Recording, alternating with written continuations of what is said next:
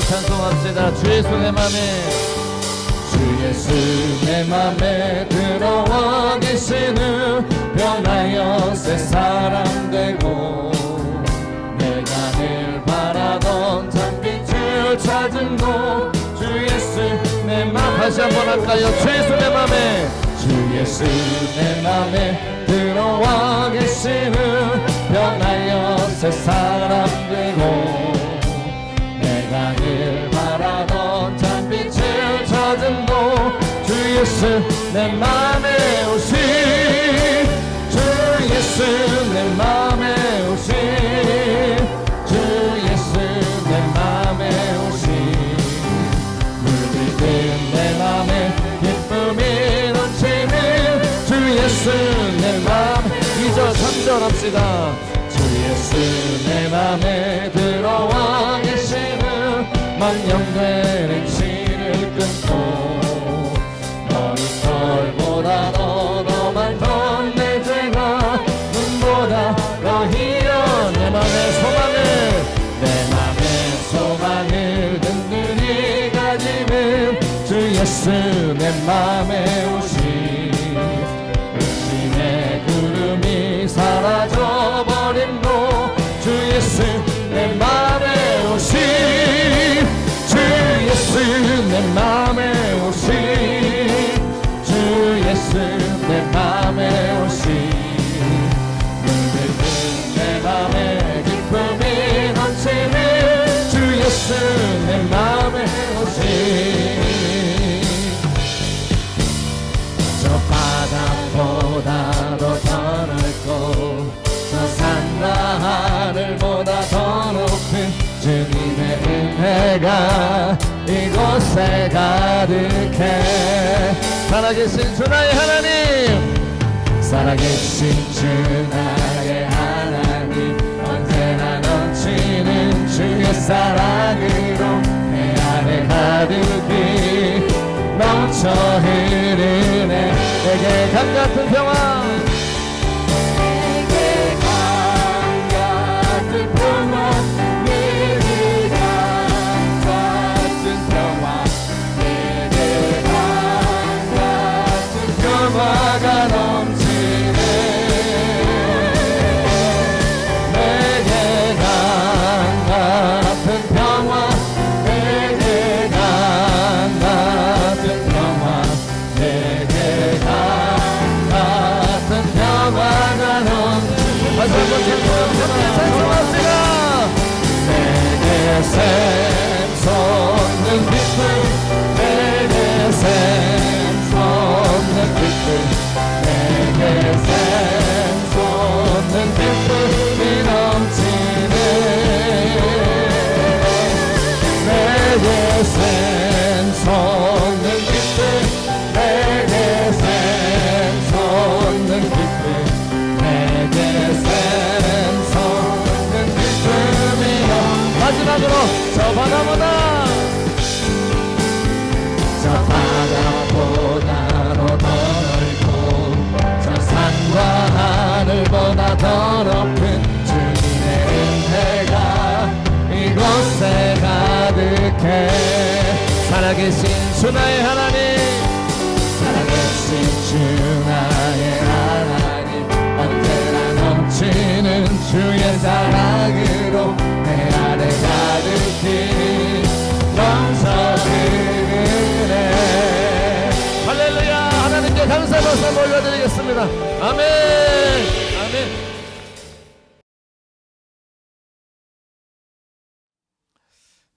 흑백 요리사라고 하는 넷플릭스에서 하는 그 프로그램이 있어요.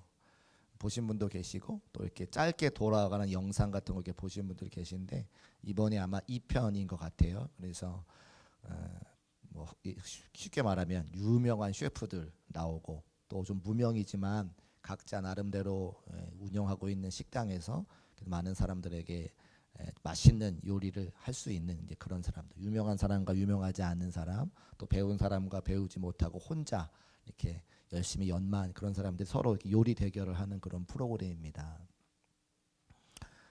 그런 프로그램 보면서 이 두 유명하거나 유명하지 않거나 요리하시는 분들이 공통점이 하나 있는 걸 제가 발견해. 여러 가지 공통점이 있는데 그 중에 한 가지가 뭐냐면 보이지 않는 곳에서 피나는 연습을 한다는 거예요. 유명한 사람이나 유명하지 않은 사람이나 앞에다 이렇게 요리를 내놓는 그 뒤에 주방 뒤에서는 누구도 알 수 없는 혼자만의 피나는 연습과 훈련을 통해서 그 요리의 맛을 보장하는 시간들이 있는 것을 제가 발견하게 됩니다. 그 사람들은 요리가 뚝딱 나오는 것 같지만 그 요리가 나오기 이전에 사람들이 잠잘 때 본인은 잠도 자지 않고 더 좋은 원재료를 얻기 위해서 시장을 누빈다든지 그 원재료를 가지고 이렇게 요리해보고 저렇게 요리해보고 이렇게 삶아보고 저렇게 데쳐보고 여러 가지 방법들을 그 시간도 조절해가면서 맛을 계속해서 연구를 하는 거죠. 그래서 유명한 분이나 유명하지 않은 분이나 다 그 피나는 노력 끝에 음식을 내놓는 것을 발견하게 되는 거죠. 우리가 그런 사람들을 고수라고 이야기를 합니다. 그런데 보면 고수가 많은 것 같아요. 서울에 떡볶이를 잘하는 집들이 굉장히 많습니다. 그래서 떡지순례라고 하는 책이 있어요. 떡볶이를 좋아하는 저와 함께 사는 분 때문에 제가 서울에 있는 떡볶이를 지금 다 다니게 생겼는데 광진구에 이사 와서 중곡동에 이사 와서 보니까 떡볶이 맛집이 여기에 몇 군데 있는 거예요. 아차산 올라오다가도 맛있는 떡볶이 집이 있고 또 저기 장신대 가다 보면 또 떡볶이 집이 있어. 주변 두 번에 가봤거든요. 저는 그게 그거 같아요. 하얀 떡에 빨간색 고추장이 묻어있는 떡볶이가 그놈이지 뭐 맛이 다르겠어요? 그런데 떡볶이를 좋아하는 여성분들은 이게 맛이 다르다. 감칠맛 나는 매운맛이 있고 아주 매운맛이 있고 표현이 그렇더라고요. 그러니까 그 매운맛 한 가지도 내기 위해서 수많은 요리사분들이 열심히 연습하고 내놓는 것을 볼 수 있어요. 그래서 숨어있는 고수들이 많다는 생각을 해보게 됩니다. 피카소라고 하는 화가를 다 아실 겁니다. 아마 제가 알기로는 피카소의 그림이 가장 비싼 그림으로 팔리는 것으로 알고 있는데 사람들은 피카소가 천재라고만 생각을 해요. 천재도 맞습니다. 그가 20살 때에 자기가 살던 나라의 모든 그 미술 대회는 다 1등을 해요. 천재가 맞죠. 그런데 사람들이 그가 죽은 다음에 그의 유품들을 확인해 본 결과 어떤 한 작품을 그리기 위해서 수없이 많은 밑그림들, 스케치가 많은 것을 발견하는 거예요. 비슷한 스케치 그림이 많아요. 그 말은 뭐냐면 한 작품을 그리기 위해서 수많은 붓터치와 스케치를 한 다음에 그 작품이 나오는 것을 알 수가 있어요. 사람들이 모르는 천재 화가의 사람들이 모르는 피나는 노력과 훈련의 과정들이 있었기 때문에 그러니까 유명한 화가가 된 것을 알 수가 있다는 겁니다.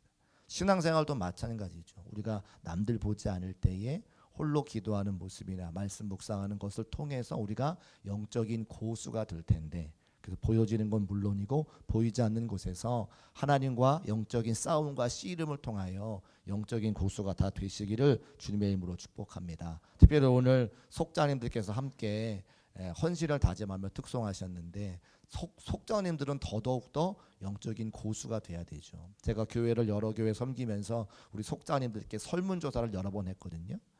속자님들이 다 같은 마음으로 어렵다 생각하시는 게 있어요. 그게 뭐냐면 성도님들에게 말씀을 가르치는 게 어렵다는 거예요. 예배를 인도하는 게 어렵다는 거예요. 그분들을 위해서 기도해 주시는 게 어렵다는 거예요. 그럼 반대로 성도들이 속자님에게 기대하는 게 그런 거죠. 예배를 잘 인도해 줬으면 좋겠고 말씀을 잘 전해 줬으면 좋겠고 내가 힘들고 어려울 때에 목회자처럼 나를 위해 기도해 주는 속장이 됐으면 좋겠다. 그 말을 하는 거거든요. 그러면 이걸 다 하면 되죠. 근데 어떻게 하는 거예요? 여러분 첫 술에 배부르는 거 없고요. 다 보이는 곳에서 보이지 않는 곳에서 훈련과 연습을 해야 되는 겁니다. 여기 서 있는 담임 목사도 주여 3번 부르는 거 너무 쉬워 보이잖아요. 주여 주여 주여 주여 주여 주여 주여 주여 다 뭐예요? 연습했다는 거예요. 제가 일산에 있는 굿모닝 교회 교육종사 처음 나가는 이제 모교회를 떠나서 다른 전혀 알지 못하는 곳 사형 처음 나가는 거예요. 근데 담임 목사님은 저 면접 볼 때 주여 3번 해보래. 면접 볼 때 주여 3번 해보래요. 얼마나 창피해요. 처음 보는 목사님인데 주여 3번 해보라고. 주여 주여 주여. 그때부터 연습하는 거예요. 거울 보고. 여러분 우리가 하는 모든 일에 첫 술에 배부른 건 하나도 없어요. 다 연습하고 훈련하고 하면서 잘 되는 것이지. 그래서 우리 속자님들께서 헌신하면서 우리 특송하셨는데 다 잘 되게 되십니다. 어떻게 된다고요? 다 잘할 수 있다는 거예요. 걱정하지 말고 염려하지 말고 함께 우리 속히 잘 인도해 주시기를 주의 이름으로 부탁을 드립니다. 오늘 그런 말씀이 성경에 기록되어 있어요. 예수님께서 공생애를 시작하시면서 4장에 보면 이제 금식하신 후에 사탄에게 시험 받으시죠. 그 시험을 말씀으로 이겨내셨습니다. 말씀으로 이겨냈다는 건 뭐예요? 영적인 고수가 됐다는 거예요. 이제 그런 사탄의 유혹에 흔들리지 않는 고수가 되셨다고 하는 말씀입니다. 그 다음에 오늘 본문 말씀이 있는데 12절에 보니까 이렇게 기록하고 있어요. 12절과 13절 말씀 같이 읽어보겠습니다. 시작.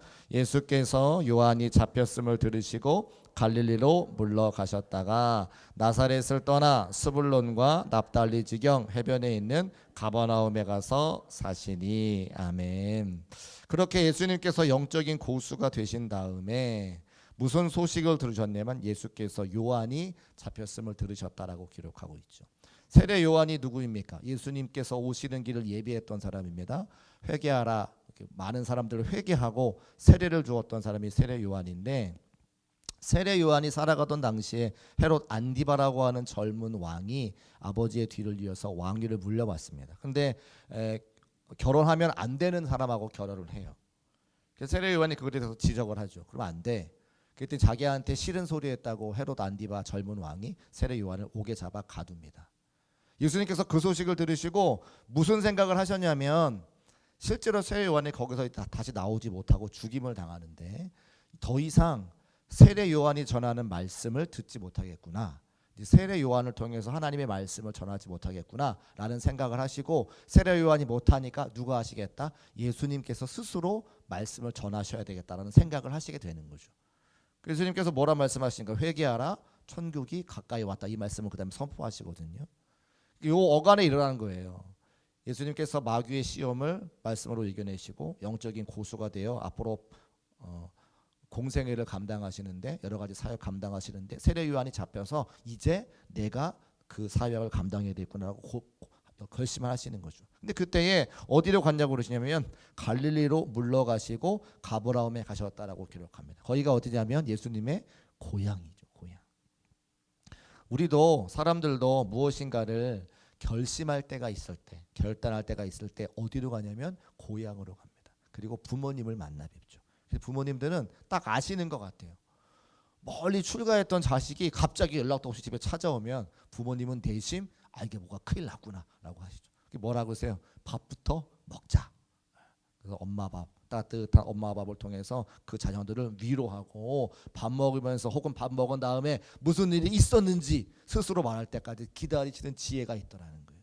예수님도 당신의 이제 귀한 사명을 감당하시고자 고향에 가셔서 하나님 아버지께 물으시는 거죠. 하나님 아버지께 기도하는 거죠. 내가 앞으로 회개하라, 천국이 가까이 왔다라고 복음을 증거할 텐데 하나님께서 나의 인생을 주관해 달라고, 그 사명을 잘 감당할 수 있도록 도와달라고 하나님과 기도하고 독대하는 시간을 가진 것을 알 수가 있습니다.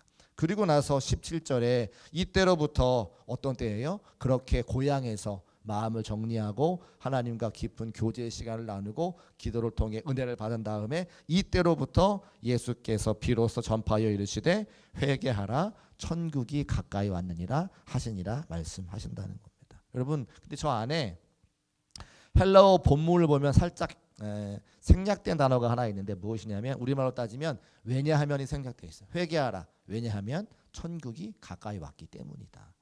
저와 여러분도 회개해야 됩니다. 왜요? 천국이 가까이 왔기 때문에. 시간이 가면 갈수록 하나님의 나라가 우리에게 다가오고 있는데, 여기 앉아 계신 누구도 하나님의 나라가 우리에게 다가오고 있는데, 그 하나님의 나라를 소원하며 갈망하며 함께하기 위해서 우리 마음 가운데 정결함과 깨끗함이 있는 성도의 삶이 되시기를 주의 이름으로 축복합니다. 그렇게 회개하라, 천국이 가까웠다 말씀하시고, 이제 그 다음에 누구를 찾으시느냐? 제자를 찾으시는 거죠.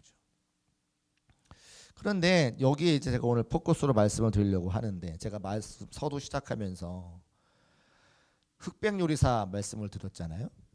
흑백 요리사가 요리를 열심히 하고 자기의 음식이 사람들의 소문이 나면 조그만 가게를 하다가 사람들이 많이 찾아오면 사람들이 더 이상 그 가게에 앉아서 음식을 먹을 수 없게 돼요. 그럼 이제 가게를 넓히죠.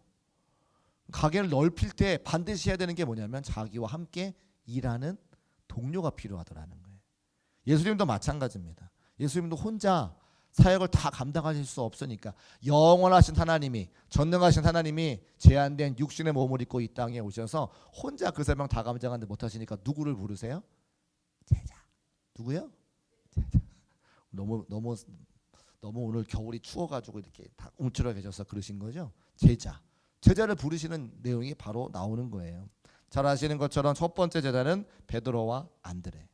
이런 베드로와 안드레는 형제인데 안드레가 누구의 제자였냐면 세례 요한의 제자였습니다. 그래서 미리 자기 스승 세례 요한을 통해서 메시아가 오신다, 예수님이 오셨다라고 이야기를 듣고 베드로와 안드레는 예수님 먼저 만난 적이 있어요. 근데 예수님께서 가버나움에서 쭉 보니까 베드로가 또 안드레가 지금 고기를 잡고 와서 그물을 손질하고 있는 모습을 보는 거예요. 예수님께서 그 제자들 가서 뭐라 말씀하시느냐? 19절 말씀에 이렇게 기록하고 있죠. 말씀하시되 나를 따라오라, 내가 너희를 사람을 낚는 어부가 되게 하리라 하신다라고 기록하고 있습니다.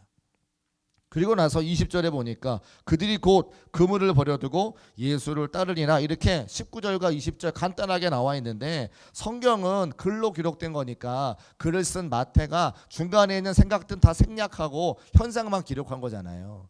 예수님께서 베드로와 안드레를 부르실 때에 그 둘이 가만히 있었을까요?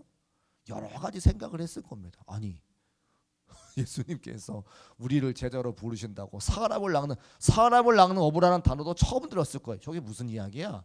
고기를 낚는 어부는 들어봤어도 사람을 낚는 어부라고? 라고 하는 말부터 가네 마네, 우리가 가게 되면 앞으로 뭘 먹고 살 건지부터 시작해가지고 여러 이야기들이 그 안에 생략되어 있는 거죠. 그런데 어떻게 그 모든 걸 다 감수하고 곧바로 성경에 기록된 것처럼 곧 그물을 버려두고 예수님을 따를 수 있었을까? 제가 두 가지로 상상해 보았는데, 첫 번째는 안드레는 세례 요한의 제자였으니까 영적인 것을 사모하는 사람일 수 있겠구나라는 생각을 해보는 거예요. 세례 요한을 통해서 늘 하나님의 말씀으로 살려고 했었고, 세례 요한은 잘 아시는 것처럼 광야에 사는 사람이었기 때문에 늘 일주일에 이틀씩 금식하고 광야에 나가서 하나님과 독대하는 삶을 살려고 애쓰던 사람들이 세례 요한의 제자들입니다. 그러니까 이 안드레는 영적인 것을 사모하는 사람이었는데 스승은 옥에 갇혔고 하나님의 말씀을 들을 수는 없으니까 자신의 스승이 이야기했던 예수님과 함께 제자의 삶을 살면 어떨까라는 고민이 쉬웠다는 거예요. 그래서 세례 요한의 제자였던 안드레는 예수님을 조금 더 따라가기 쉬울 수 있었겠다. 두 번째는 예수님은 하나님의 아들이시니까 그에게는 신적인 권위가 있으시죠. 그래서 예수님께서 나를 따라오라 말씀하실 때 그 권위 앞에 그들이 순종할 수밖에 없었겠구나. 남자분들은 군대 다녀서 아시는데 병사, 우리 뭐 1병, 2병, 뭐 상병 이렇게 있잖아요. 근데 이제 위에 별을 달고 계시는 장군들을 만나면 병사들이 꼼짝 못합니다. 그분의 한마디에 그 모든 병사가 움직이는 거죠. 사회에 나오면 그냥 아저씨인데요, 군대에 있을 때는 별 단 사람의 그 말 한마디가 사람들을 움직일 수 있다는 거예요. 하늘의 권세를 갖고 계신 예수님께서 베드로와 안드레에게 나를 따라오라 말씀하실 때 그 하나님의 권위 앞에 불순종할 사람이 누가 있겠는가. 그래서 그들이 오늘 우리가 보는 것처럼 곧 그물을 버려두고 예수님을 따르는 것을 볼 수가 있죠. 그리고 나서 또 누구를 만나시냐면 이번에는 요한과 야고보를 부르세요. 이 두 사람은 형제입니다. 그들도 아버지와 헤어지고 그물을 버리고 예수님을 곧 따르시는 거예요. 자, 지금부터 이제 중요한 이야기인데, 그러면 예수님께서 4명의 제자들을 부르는 사건이 오늘 본문에 나와 있는데 이 4명의 제자들과 형제들이 각각 특징이 있다는 거예요. 첫 번째는 자기 일에 충실했던 사람들입니다. 같이 한번 따라 하실까요? 자기 일에 충실한 사람. 예수님께서 아무나 부르시는 것이 아니라 자기 일에 충실한 사람을 부른 것을 볼 수가 있어요. 베드로와 안드레도 어부이기 때문에 어부가 늘 해야 되는 것 중에 한 가지가 그물을 보수하는 겁니다. 고기를 내일 잡으려면 오늘 반드시 아무리 힘들고 피곤하고 좀 쉬고 싶어도 오늘 그물을 보수해 놔야 내일 또 성실하게 그 고기를 잡을 수 있는 거죠. 반드시 해야 되는 게 그물을 보수하는 작업인 거예요. 또 이 요한과 야고보도 자신들의 생업이었던 고기 잡는 일을 아버지와 함께 열심히 하는 모습을 예수님께서 보셨죠. 그래서 어떤 사람 부르시느냐? 자기 생업에 충실한 사람, 성실한 사람을 부르는 것을 알 수가 있습니다. 두 번째는 다투지 않는 사람 부르시는 것 같아요. 아까 말씀드렸어요. 베드로와 안드레, 요한과 야고보 형제입니다. 예수님께서 따라오라 말씀하셨을 때에 서로 옥신각신했을 거예요. 그런데 누구도 다투지 아니하고 한 사람의 의견을 수용하고 받아들여서 그들이 다투지 아니하고 예수님의 말씀에 순종했던 것을 보게 되어지죠. 예수님께서 누구를 부르시냐? 첫 번째는 성실한 사람 부르시고요. 두 번째는 화목한 사람 부르는 것을 알 수가 있어요. 우리 오늘 속자님들께서 헌신하시면서 예배드리는 날인데 여러분의 생업에 성실하시고 두 번째는 화목한 분들 되시기를 주의 이름으로 축복합니다. 왜냐하면 그런 분들을 하나님께서 제자로 쓰셨다는 것을 알 수가 있습니다. 그런데 놀라운 사실은 그 예수님께서 부르신 제자들이 예수님에게 도움이 되는 사람들이냐는 또 다른 거죠. 제대로 부르시긴 했는데 그 제자들이 다 예수님 십자가 지실 때 도망가잖아요.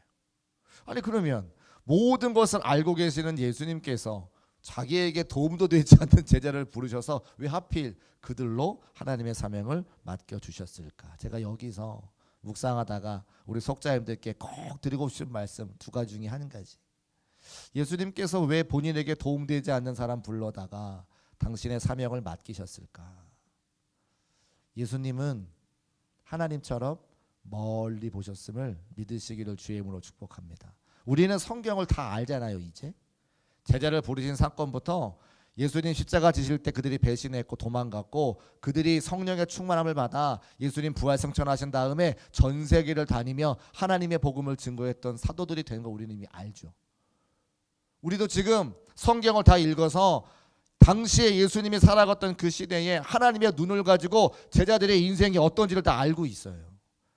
예수님은 하나님의 아들이셨기 때문에 그 하나님의 뜻과 계획, 그들이 내가 부활성천한 다음에 저 전 세계를 다니며 주의 복음을 증거하고 그 끝내는 순교당할 것을 아시고 그들을 부르시는 거예요. 예수님은 하나님처럼 멀리 보셨기 때문에 그 제자들을 부르신 것을 믿으시기를 주의 이름으로 축복합니다. 우리 속자님도 마찬가지예요.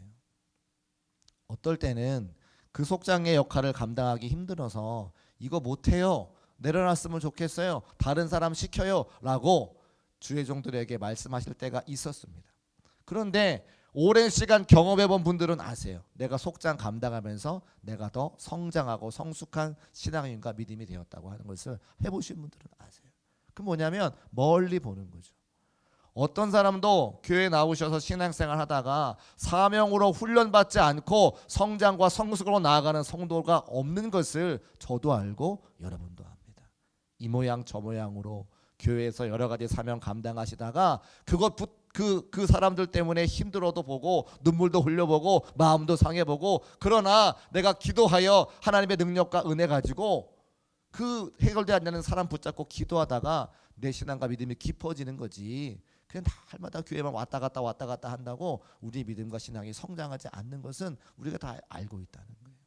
하나님께서 왜 우리에게 사명을 맡기시느냐, 직분자로 세워주시느냐, 하나님은 멀리 보시기 때문인 것을 믿으시기를 주의 이름으로 축복합니다. 멀리 보셔서 우리를 통하여 그림을 그리시는 거죠. 그래서 그 그림을 어떤 그림인지는 알 수 없지만 하나님께서 오늘 2026년에 저와 여러분을 중국교회에 보내시고 함께 우리가 교회를 섬기면서 사명자요 동력자로 쓰임받는 이유는 하나님은 다 알고 계시다는 거예요. 그래서 그 그림이 그려지게 되는 거죠. 이번에 청소년 아이들이 이제 수련회 가서 아주 큰 은혜를 받고 왔다 이런 소식을 들어서 참 기쁘고 감사하고 그래서 기대가 되는 거예요. 우리 아이들이 앞으로 어떻게 성장할지 저는 알지 못하지만 하나님은 다 알고 계시는 거죠. 그래서 이번에 2026년도 1월 달에 받은 수련회와 은혜를 기억하고 그들이 앞으로 우리 한국을 이끌어가고 중국교회를 이끌어가고 한국을 이끌어가고 중국교회를 이끌어가고 대한민국의 교회를 책임지는 우리 다음 세대가 될 줄로 믿습니다. 그러니까요. 우리는 알 수 없지만 반드시 그렇게 하실 거죠. 그래서 우리에게 사명 맡겨주시고 특별히 속장으로서 속도원들의 신앙과 믿음을 위해서 눈물로 기도할 때에 우리의 신앙과 믿음이 성숙할 수 있는 것을 말씀을 통해 알 수가 있습니다. 두 번째는 그래서 하나님은 멀리 보시는 분이고, 두 번째는 하나님께서 왜 사명자를 부르셨느냐. 우리 23절 말씀 같이 한번 읽어보겠습니다. 23절 시작. 예수께서 온 갈릴리에 두루 다니사 그들의 회당에서 가르치시며 천국 복음을 전파하시며 백성 중에 모든 병과 모든 약한 것을 고치시니. 아멘. 우리가 이 본문을 23절을 예수님의 3대 사역 다 잘 알고 계신데, 가르치시고 전파하시며 고치시는 것. 같이 한번 따라할까요? 가르치시며 전파하시며 고치시는 사역. 순서가 있어요. 첫 번째가 뭐죠? 가르치시고, 두 번째가 전파하시고, 세 번째가 고치시는 거. 한국 교회가 예전에 고치는 사역에 너무 포커스를 해서 교회에 오면 다 고침받기를 원했던 적이 있어요. 근데 순서가 잘못됐죠. 먼저 뭘 알아야 돼요? 말씀을 가르쳐야 되는 거예요. 여러분, 제가 의정부 살았으니까 포천에 할렐루야 기도원이 있어요. 할렐루야 기도원. 할렐루야 기도원 뭘로 유명한 줄 아세요? 병 낫는 걸로 유명해요. 신유의 은사로. 아주 그냥 의정부에서 옛날에는 포천을 가려면 이제 버스를 타고 시외버스 타고 가는데요. 의정부 그 터미널이 미어 터져요. 포천 가는 버스에. 왜? 다 이렇게 보따리 하나씩 이고 오세요. 옛날에는 이제 기도원에서 이불 같은 거 잘 안 주니까 다 이불 싸들고, 어떤 분은 쌀도 싸오셔. 쌀도. 그래서 밥해 드신다고. 그래서 다 포천 가는 버스에 몸을 싣고 거기서 일주일 내내 기도하는 거예요. 병 고치는 막 신유에서 나타났어요. 그런데 그때 병도 많이 고침 받았어요. 실제로. 그 고침받은 사람 다 어디 갔어요? 없어요. 병 고침 받으러 오셨으면 병 고치는 목적 해결하면 다 교회 안 오셔. 우리가 한때 그랬죠. 신앙생활에는 그 순서가 필요하다는 걸 그 다음에 알게 됐어요. 말씀을 먼저 가르치고 말씀을 알고 그 다음에 말씀을 안 사람들이 복음을 전하기를 원해요. 마트에서 50% 세일하면 동네방네 소문내는 것처럼 좋은 게 있으면 알려주기 원한다. 그럼 알려진 다음에 그 다음 뭐예요? 그 다음 병은 스스로 병을 알아서 고쳐지는 거예요. 그 순서가 있는데 우리는 잘 몰라가지고 고치는 것부터 시작했더니 말씀이 없으니까 신앙이 뿌리 내리지 못하고 다 흔들렸다는 거지. 예수님께서 가르치시고 전파하시며 고치셨다. 우리 중국교회는 먼저 가르치고 할렐루야, 전파하고 할렐루야, 그 다음에 고쳐지는 역사가 있으시기를 주의 이름으로 축복합니다. 가르치고 전파하면 고치는 건 따라오는 거예요. 성도들의 삶이 회복되는 걸 따라오는 거예요. 그래서 24절에 보면 그 소문이 고쳐진 소문이죠. 사람들이 병 들었는데 병이 고쳐진 소문이 온 수리아에 퍼진지라 사람들이 모든 앓는 자 곧 각종 병에 걸려서 고통당하는 자 귀신 들린 자 간질하는 자 중풍병자를 데려오니 그들을 고치시더라. 고치기 전에 뭐 하신 거예요? 말씀을 가르치고 말씀을 전하시고 그 다음에 고치신 거예요. 순서가 있더라. 그런데 오늘 보니까 귀신 들린 자 간질하는 자 중풍병자 그 당시에 그들의 의학으로 고칠 수 없는 병을 예수님께서 고쳐주셔요. 그러니까 누가 찾아와요? 25절에 갈릴리와 데가볼리와 예루살렘과 유다와 요단강에 있는 수많은 무리가 따랐다. 예수님께 왔다. 그런데 여기 보면 이 갈릴리와 데가볼리와 예루살렘과 유다와 요단강 건너편에 있는 사람들은 유대인도 있지만 누구도 있어요? 이방인도 있어요. 예수님은 유대인이에요. 유대인은 이방인을 개처럼 생각했어요. 집에 있는 개보다 더 못하게 생각하는 게 이방인이었어요. 그러니까 이게 본문에서 우리가 말하는 것이 무엇이냐면 지금 예수님께서 그들이 고칠 수 없는 병을 고쳐주시되 유대인이셨던 예수님이 이방인도 포기하지 않고 그들을 고치셨다는 거죠. 그 말은 뭐냐면 그 사람도 긍휼히 여기시고 그 사람도 하나님께서 사랑하는 사람이라고 예수님이 인정했다는 거예요. 영적인 고수가 어떤 사람이냐? 첫 번째는 멀리 보는 사람이고 두 번째는 하나님 아버지의 마음을 갖고 또 다른 사람을 바라보는 사람이 영적인 고수입니다. 같이 한번 따라 하실까요? 하나님의 마음이 내 마음이 될 때에 그래야 영적인 고수가 될 수 있다고 하는 겁니다. 그래서 우리는 교회 말로 긍휼이라고 이야기하죠. 하나님의 긍휼하심이 내 마음으로 다가와 나도 누군가를 긍휼하게 바라볼 때 내가 영적인 고수가 될 수 있다는 거예요. 여러분 옆에 앉아 계신 분들 가만히 보세요. 얼마나 잘생기셨어요. 얼마나 우아하세요. 아니 왜 아니라고 그래. 주곡동 교회에서 오셨나? 담임 목사가 우리 성도님도 우아하시고 멋있다고 그러시는데 또 아니라고 그래요. 그런데요, 우리 멋있고 아름답고 뛰어나지만 우리 마음 가운데 어느 누구도 연약한 부분이 없는 사람은 한 사람도 없어요. 문제가 없는 가정은 한 가정도 없어요. 제가 신방 다니고 목회하면서 만나뵈면 여러분 기도 제목 주시는 거 보면 기도 제목 없는 사람이 없어요. 기도 제목 없는 사람이 정말 행복한, 글쎄 정말 기도 제목 없는 분이 없어요. 그 말은 뭐냐면 다 우리에게는 겉으로 보이는 모습과 다르게 속에 아픔과 연약함들이 다 있는 사람들이라는 거죠. 근데 그게 보이면 하나님 아버지가 나에게 궁휼한 마음을 부어주시는 거예요. 속장님들은 그 궁휼한 마음이 있어야 되는 사람들이죠. 그래서 우리 속도원들을 바라볼 때에 그 집의 기도 제목이 뭐고, 그 집의 걱정이 뭐고, 그 집의 문제가 뭐고, 나는 해결할 힘은 없지만 함께 기도함으로 성령께서 은혜 주셔서 그 어려움을 이겨낼 수 있도록 함께 믿음의 울타리를 만들어가는, 그게 바로 속장님의 역할이고 영적인 고수인 것을 말씀을 통해 알 수가 있습니다. 시간이 많이 가서 이제 결론을 맺고 함께 기도해야 될 텐데요. 우리 사랑하는 중국교회 성도 여러분, 사랑하는 속장 여러분들, 하나님은 여러분들을 속장으로 세우실 때에 멀리 보셨어요. 여러분들의 헌신과 수고를 통해 속회가 어떻게 성장하고 속도원들이 얼마나 신앙과 믿음이 성장하게 될지는 우리는 모르지만 하나님은 알고 계시죠. 그 일을 감당할 만한 적임자이기 때문에 여러분을 세우신 것을 믿으시기를 주의 이름으로 축복합니다. 그리고 우리가 함께 기도할 때에 하나님 아버지의 마음을 쏟아 부어주세요. 속도원들의 연약함을 다 보게 하시죠.